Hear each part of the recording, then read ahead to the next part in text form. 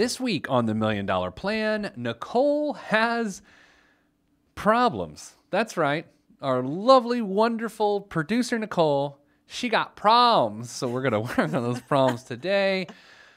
Hello, Nicole. Hi, Pete. Oh, buddy. Oh. You had a week. So last week or 2 weeks ago, you were skiing. Yeah. You ran into a snowboarder and busted your face. I did. Which your face is fine now. Yeah, luckily my face is fine. No one have I ever met, they're like, I busted my face. And you see their face like, it's busted. And then like 2 days later, your face is fine. Well, one, thank you. Two, witch hazel. Witch hazel? Yeah. What is that? It's a natural skin toner that has aloe vera in it. Jeez, I guarantee you, hippie. it's magic.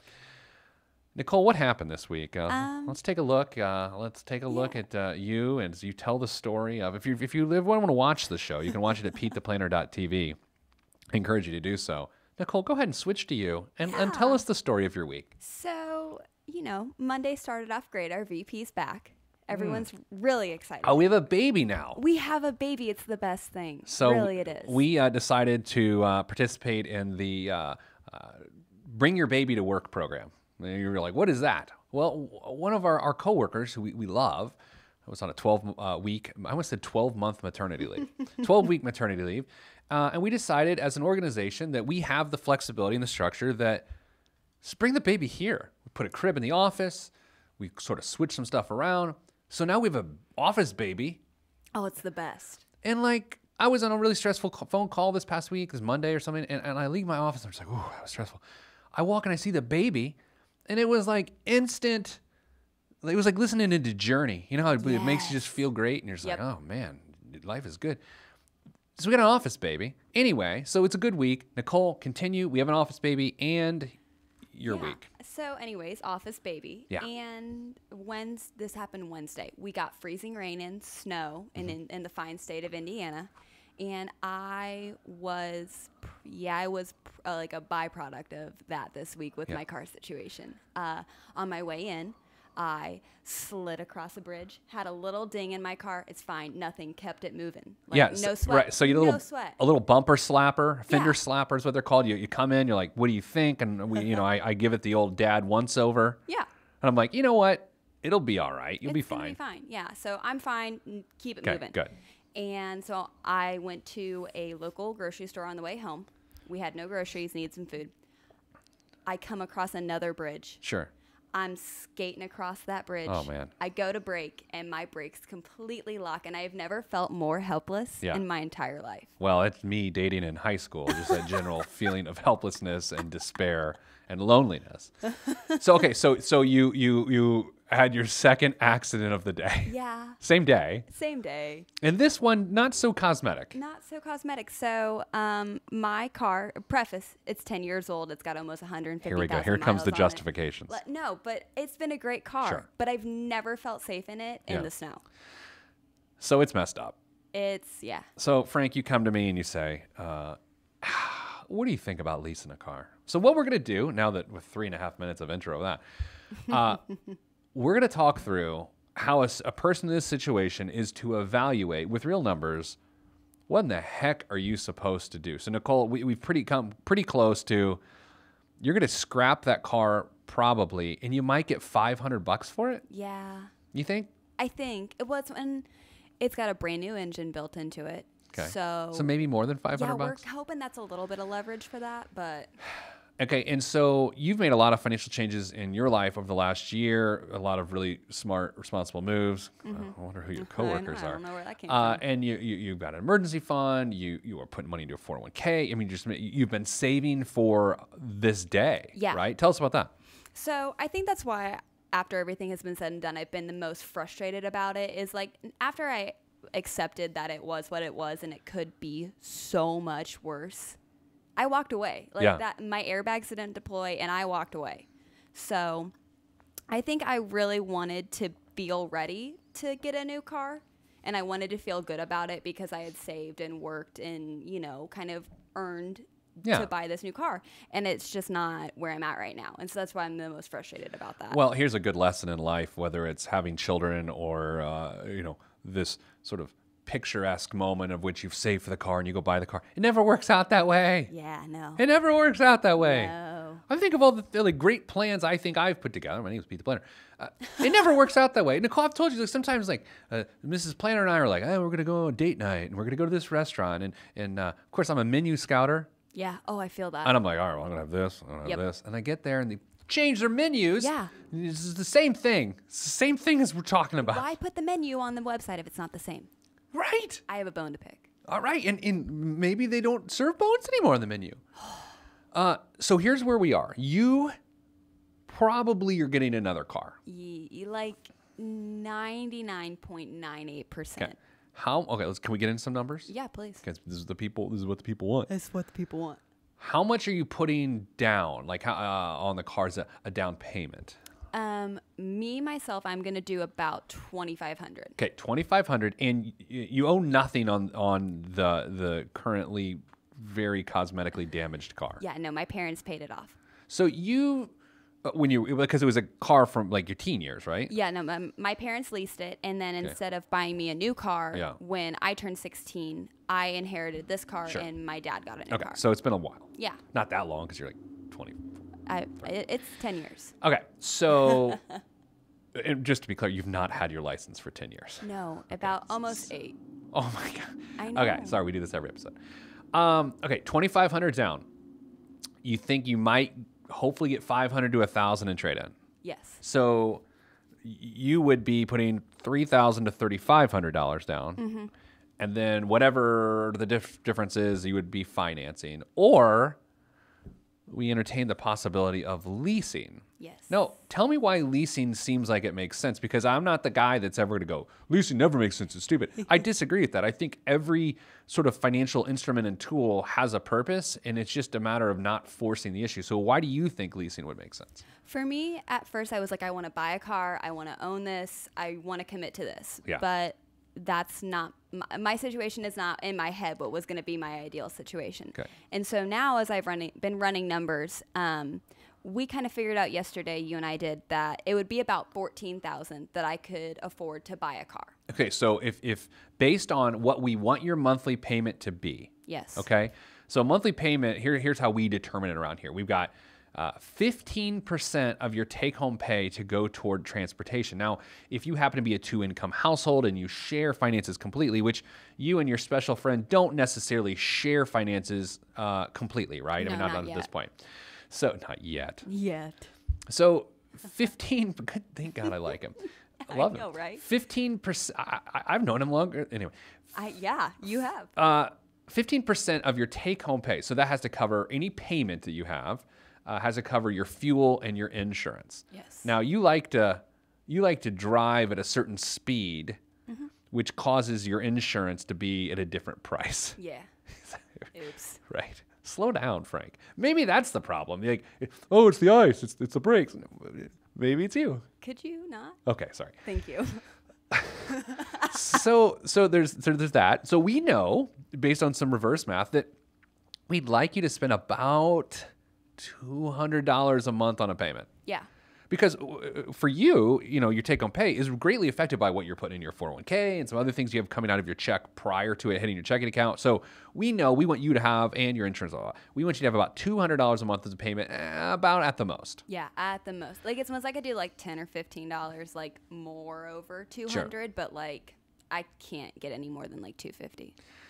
Yeah, I mean, and then like that's stretching it. that's 25% more than we would want you to spend. Like that's how you have to think about it, right? And then so think about it, $50 a month. That's another, meal out a week, right? Yeah. If $12.50 gets you something to eat, right? That's another meal out a week that goes away, or the flexibility goes away. So, one way to have a really low payment when you're in a sort of a budget crunch, and this is a self-created budget crunch in a responsible way. It's not like you're broke. No. And it's not like you're struggling. It's just that you're trying to be responsible and stay within the constraints of this $200 a month budget, which is a responsible thing to do. Yeah, I was gonna say, I'm just still trying to be responsible. Still. Still. Like, because right now I'm responsible with my finances, Right. but I don't want that to go completely out the window. So there's a couple ways to get there. We know right now the way car deals are working, there are certain offers that you can get a lease for like just a couple $100 with not a lot of money down. Yeah. Which then changes the dynamic of this whole conversation. It does. Right? So we got about a minute left in this segment, but tell us about sort of a lease deal that you find. You don't have to name names of cars and things. I'm just curious. And please don't tell dealership. We did not sell this advertising. So just tell the general story. Yes. So I've been exploring. I want like a little crossover SUV. I want to feel safe in my car again. Sure. And so I've kind of found out that any car around 20 to 22K will give me about a $200 a month lease payment with these different, APR rates and, the money down initially kind of different. They're just trying to get these 2017s out the door. So that's working in favor for me really well. I like you go APR rate, which is annual percentage rate. Yes. It's like saying PIN number, personal identification number. Yeah. I'm sorry. Shut you down. I would like to say this as a point of reference. When I buy a car personally, like we've talked about this on the show a few weeks ago. Mrs. Planner going to be getting a car at the end of this year. Like we spend between $20,000 to $25,000 for a car. That's what we do, right? Yeah. Like now, here's some points of interest. We never buy a new car. Like, we're not buying a new car. It's probably 3 or 4 years old. So the depreciation has taken place, and we're not dealing with that.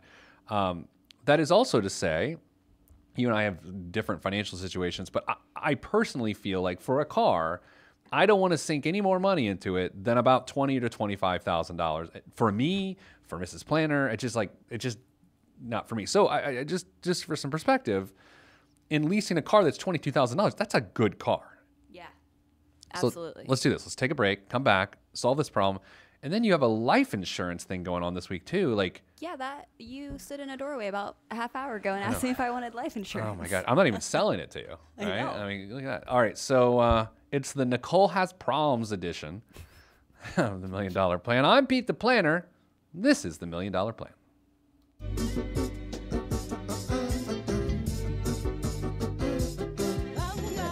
Yeah. Axe hand on the beat. Yes, sir. Glass House. Yes, sir. Mr. Kinetic, Rusty Redenbacher.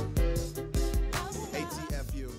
Back on the $1 Million Plan, the Nicole Has Problems edition of the show. Thank God for you, Nicole, and your problems. Oh, I'm so happy to share me and my problems with the world. Nicole got in 2 car accidents this week on the same day. You Just cut to the chase. Like, what are we beating around the bush here? And if there was a bush involved, you'd hit it with your car. Thank you, Peter. I like that you called me Peter. Yep. Sound like Mrs. Planner now. I know. Okay, so you got into our car accidents because you're basically an amazing driver. It was ice. It was ice. This is not the point. Yes. No, when I got out of my car, I literally almost ate it. Because You it was ate the ice because you were hungry because of all the wrecking? Yeah, probably. Okay. So you got to get it. Probably get another car here. Yeah. So here's where we're at. If you just left off, if you're just joining us, like the show's been going. Like, what are you doing? But look within yourself to find that answer. But here's where we left off. She's got about a $200 a month budget that we're trying to get a car payment into. She has $3,500 to put down. So Nicole, here's the way I view this. There's a deal you can get. You went over this crossover. I don't even know what that means, but there's deal. Like you can get a deal for 200 and what? $219. $219. And how much would you put down? They only have me putting down $2,000. $2,000? I thought shifted from yesterday. Well, I told you $199.99. Yeah. Yeah. And Oh, I think you said $199. No. I thought you went A sincere. Wait. My bad. $199. Oh, I'm throwing I'm throwing an extra 9 in there. How many nines are involved? What's the number? Say the like full number, like a kindergartner would say. $1,999. I don't like that deal as much now. Ow. I know now you're upset because we were like, that's the jam. You went home and we were like, that's the jam. So your options are to put down $2,000. Can we just say that? Yeah. $2,000 and then pay $219 a month, and then at the end of 3 years, you got nothing. Yeah. You got nothing. $2,000 gone, and then let's see, 20. You know what? It's Fridays or it's the weekend. I don't know what it is. Look, if you're listening to the radio show on a radio, like what people do, like I'm not in the studio right now. No. That's why I don't take your calls. One, don't care to. Two, this is taped. $7,800 is what you'd pay, and then all told, you pay like $9,800 for that car, and then you'd be done. And guess what, Frank? You got nothing, right? Do you know what I mean? Yeah. What's your voice? Talk to me. I'm not working with a lot here. Well, no, that's not the point. know, That's not the. Don't do that. I understand, but you would understand. Please understand. I do. At the end of 3 years, you will have driven a car. You would have had a great time. You would have nothing to show for it, and we'd start over. Yeah. Which isn't awful, because maybe that's what you need right now, which is the bigger point. Yeah. Maybe that's the right thing. But let me present a different option that you won't like. I know I won't. I can tell already. I know. So we did some of the maths. That's what we do here. If you bought a car that was total price of $14,000, put your $3,500 down. Yeah. Your payment would be about, what do we say, the same? No, it'd be like $275-ish. No, wait, what? Yeah. Now I gotta grab the computer. Here's what's happened. I gotta look this up now. I don't think that's right. Are you okay? Keep going. No, I was gonna say, but then I've also now had to take into consideration that more times than not, with these cars that are $14,000 and 3 to 4 years old, that they would all need new tires. Probably gonna have to look at doing some brake work. Oh my gosh, you're talking yourself out of this. I know. Certified pre-owned is what you need. Like it's like okay. So here, dude, we got it right here. What interest rate do you think you'd get? 4.9 or 5.9. Okay, we're gonna go 4.9, Okay. 2 nines. Double. A 5-year car loan, which I don't like, right? I'd rather you have a shorter car loan. $207 a month, financing $11,000 of the $14,000 car. 207. So right, and then at the end, let's just be really fair here. At the end of that time frame, at the end of the 5 years, what do you think the car is worth? Maybe 7 or 8. And I think that's generous, right? Yeah. I would say probably, arguably, Less than 5 that. or 6. Yeah. And, I'm a big car guy. Yeah, same. I'm totally not a car guy. I know. Like, I know nothing about cars. The only reason I know anything about cars is because I've been on the internets Yeah. trying I to don't find even a know. car. So, but there's another component to this. Let's say your car is worth $5,000 or $6,000 and it's paid off. You own it, right? Yeah. You own it. Like, Yeah. it's yours. It's who cares what it's worth? You have it. It's not like you pay it off and then you go and sell it and you're like, I got $5,000, because then you don't have a car. Yeah. But in that moment, you have a car. In the lease, you paid the money, which you paid the money for the car, but you got no car. Yeah. So that's where we're at. Now, I do want you to know there is an okay decision, and then there's probably a better decision. And what we can't do is say, well, if you don't make the great decision, then you're an idiot. Like, that's not where we're at. Yeah, Right? no. If you choose to lease, that's fine. I don't think it's the optimal decision, but who cares what I think? And what a worse decision would be to do is to lease a car for $299 a month. Yeah. Right? That's where things, like when buying a car, this conversation we've had, there's some okay alternatives either way. Yeah. Either way, I'm going to be fine. I'm going to have a car and life will carry on. Yes, but, and you're not doing this, but if you let that attitude of it'll all work out go too far, you end up with a $300 a month car payment. Or you go to the dealership, you express that sentiment of everything's going to be all right, like that, and you end up in a terrible situation. And I think I don't want to say most people, because that's not true, but when people go to the car lot, that can happen. It's that you go with a budget idea. You're saying, Frank, it'll all work out, but I'd like to spend around $200, right? I mean, it's sort of what you're saying. Yeah. But if they're able to bell and whistle you and say this and this, and this is a steal, and this is really a $30,000 car, you're getting it for 21. No. I know no. I Yeah, know that you're no. saying no, but that is how these things fall apart. Yeah. No, it's like I'm not going to put myself in a terrible financial situation by being like, oh yeah, I could do $300 a month. No, I can't. Yeah. I can't do that. Well, if you did, by the way, you wouldn't be the first person to do that. And I think you and I were talking earlier this week. I think the situation you're in, Mrs. Planner and I were in the exact same situation when we were your age. This is where I sound like a dad always. Yeah, it's okay. I know, we're kind of You used to are a it. dad. I am a father. I'm just not your father. Your father Yeah. sounds like a wonderful man, though. He is. So yeah, like I've been there. Like I get it. I think we ended up making a decent decision when we went through this. I think all told, since people are listening, we're talking about cars. The cardinal sin of buying a car, the number one cardinal sin, Nicole, let's say you owed $2,000 on the car.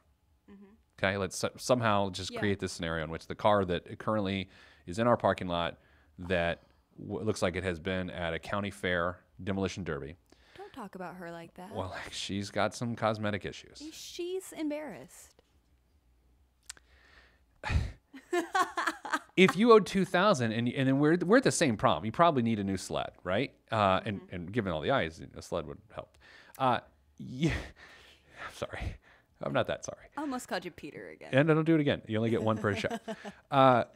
Then there's a problem because you go and you try to facilitate this deal, and then they finance in the current loan you have into the new loan, and they call it negative equity. You have negative equity in the car. So that is to suggest, again, if you hypothetically owed $2,000 and you're buying a $20,000 car, hypothetically, you would be financing or doing the financing on the lease of $22,000 for a car that is worth $20,000. Yikes. So you're immediately underwater, as they say, on that car, or upside down on that car. And the second you do that, the second you go into a dealership, you're like, my car is in trouble, but I still owe money on it. And they're like, you know what? Don't worry about it. We'll just finance it in and we'll get you in this new car and you'll be good to go. Some of that is true. And here's what's true. You do get to leave the lot. Like that part is true. Good to go, not so much. If you finance a car, a negative equity into a new car loan, you have made a disastrous decision. Yeah. No. And you're not doing that, so... Oh my gosh. Going off of that though, they have those buying power calculators on don't the do different those. websites. Oh my gosh, I did one. What did it say you could afford? $20,000 to buy. I could buy $20,000 On a how many year car loan?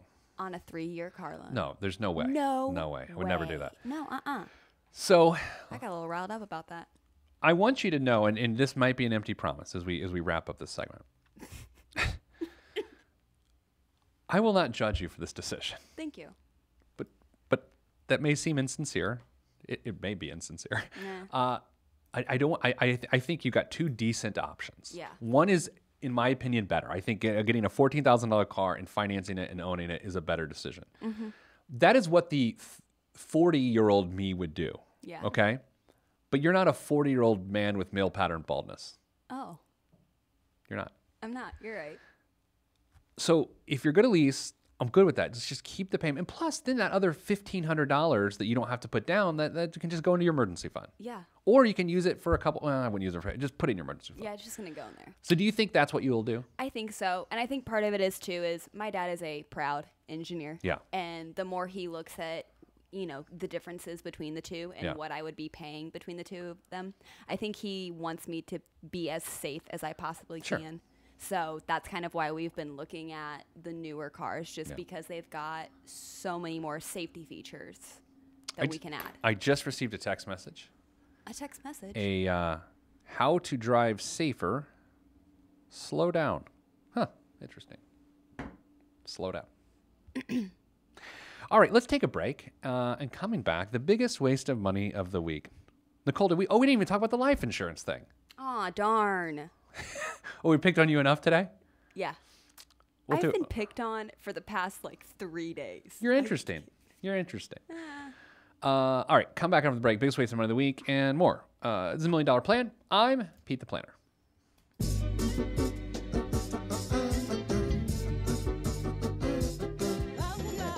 Yeah. Axe hand on the beat. This week's biggest waste of money of the week here on the $1 Million Plan is the Sigsor Smart Humidor Sensor.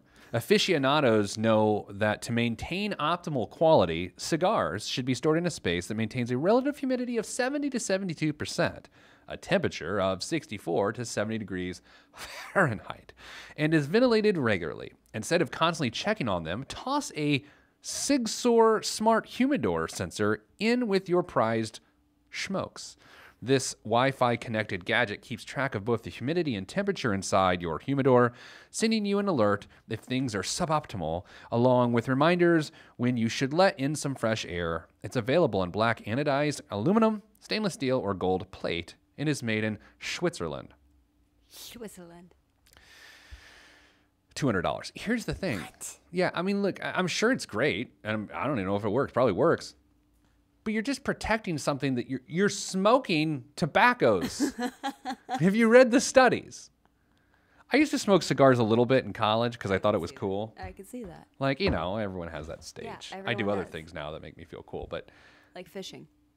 let's slow it down. This is not about me. This is your problems. This is your problems, not my problems. Hey, I had to serve it up a little bit. Well, you got served. Sorry. Okay, listen to the show. That's a waste of money. We're going to be on the show, No, you can't be on the show.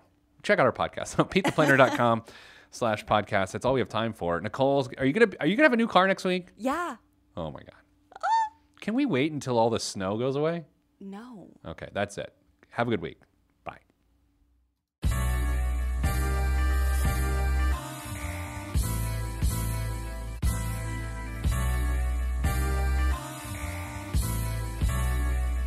This is where I came from. Planet Lovetron, where we drop love bombs, funk missiles, and live in soul shelters. No helter-skelter. The heat don't swelter because everybody stays cool. Left many moons ago to bring the philosophies of my ancestors to another place, God. Picked the third rock, gave me to my earth family, and told me to create, and so I am. Pen in my hand, microphone on the stand. Over vinyl, I command and demand. Magnificence in an instance, I can make you dance, cry, or love. Fly as a dove, released from Everest. The fresh is fresh, and you can call me E.T. Word to John Tesh. Let me bless this harmonic presentation. It's amazing, so amazing. I'm the reason. Salutations, I bring you Lovetron greetings from a faraway land. I am the sole controller. Put the remote down and let me take control. You're now a part of my zone, so enjoy yourself.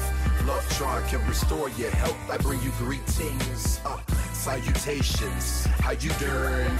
And is that how y'all say it? The tinkling of the keys is an homage to the little star.